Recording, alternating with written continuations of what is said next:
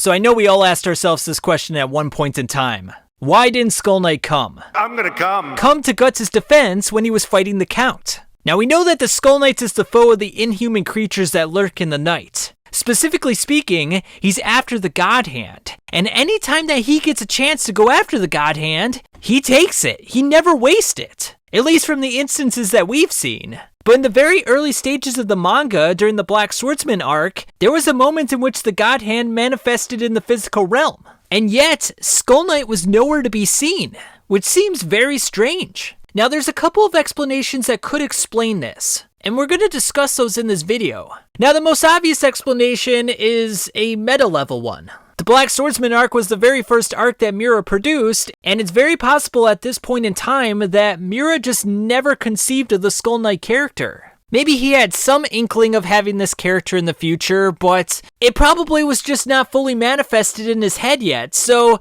there was no reason for him to exist, hence the reason he never showed up at this moment in time. But let's assume that Miura did have this character in mind for future stages of the manga. Why wouldn't he show up at this very moment? Well, let's think about Skull Knight's first encounter with Guts in chapter 37. When Skull Knight introduced himself to the future Black Swordsman, we'll notice that the full moon was in the sky. We later find out from Shirka that when the full moon is in the sky is when magical forces are at their strongest. It's the night when those associated with the astral world, such as goblins and elves, or maybe even a Skull Knight, run rampant. So Skull Knight first introduces himself to Guts when the moon is full. Obviously, during an eclipse, the moon blocks out the sun. So this would also mean that magical powers are at their height. When Skull Knight visited Guts and his companions at the beach, we'll also notice that there was a full moon in the sky. So it seems like Skull Knight can only arrive if certain conditions are met. He doesn't permanently exist within the physical realm. He's not like a human being or anything like that. He can interact with physical beings, but for him to do so, the astral world needs to overlap with the physical world.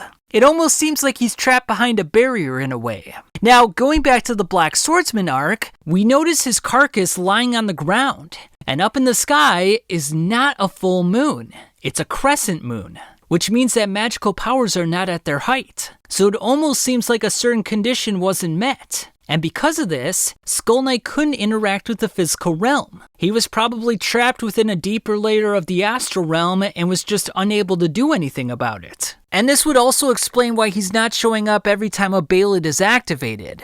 I'm sure he would love to show up every time a behelit is activated, try to stop the potential apostle from being born and, killing the God Hand members, but at the same time, he just doesn't really have a choice in the matter. But then there's the other possibility, the possibility that none of us really want to believe in.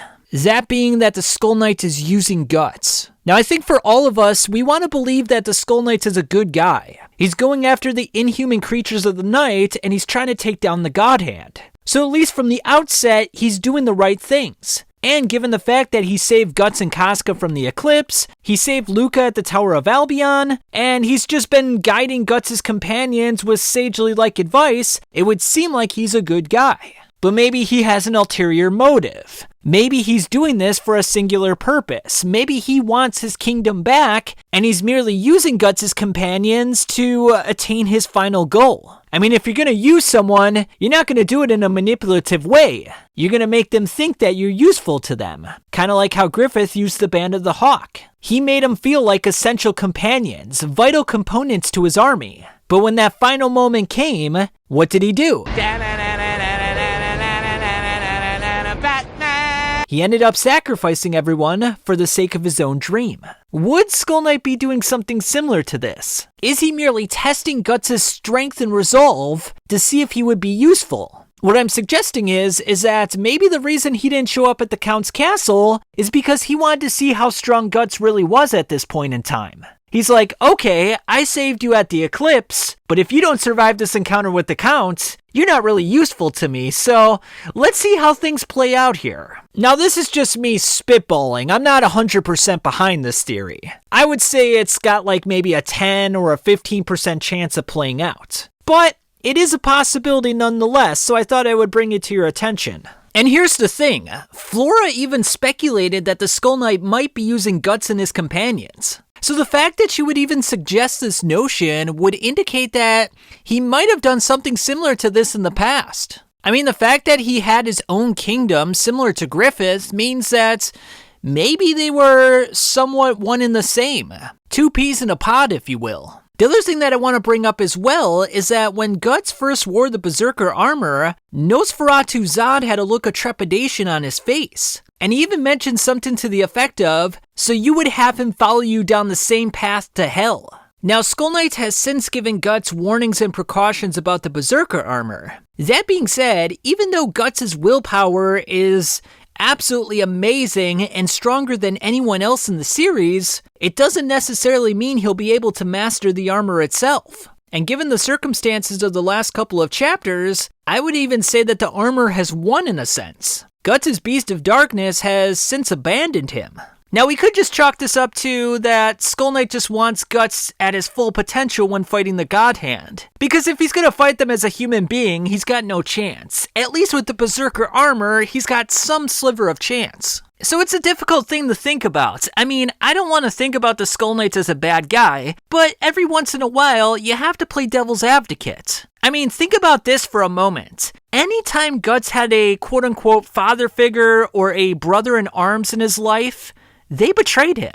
Gambino was his father figure growing up, and what did he do? He betrayed him. He tried to kill him in the dead of night. He then had Griffith, a brother in arms, a person to look up to, a person to aspire towards, and what did Griffith do? He betrayed him. And now there's Skull Knight, another quote-unquote father figure. Someone that Guts receives guidance from. And wouldn't it just be the ultimate twist of fate if Skull Knight did the same thing to Guts that Griffith and Gambino did to him? Screwed him over one last time? And also think about this. I mean, this is, just probably coincidence, but Gambino, G, Griffith, G, Geiseric, G, and what if they just all happen to screw him over in the end? That would be pretty crazy. Now again, I want to reiterate, I do not believe that this is happening. I'm going to put this at like a 10 to 15% chance that this actually happens. But the more I think about it, the more interesting it becomes. But anyway, guys, thanks for listening, and I'll catch you on the next one.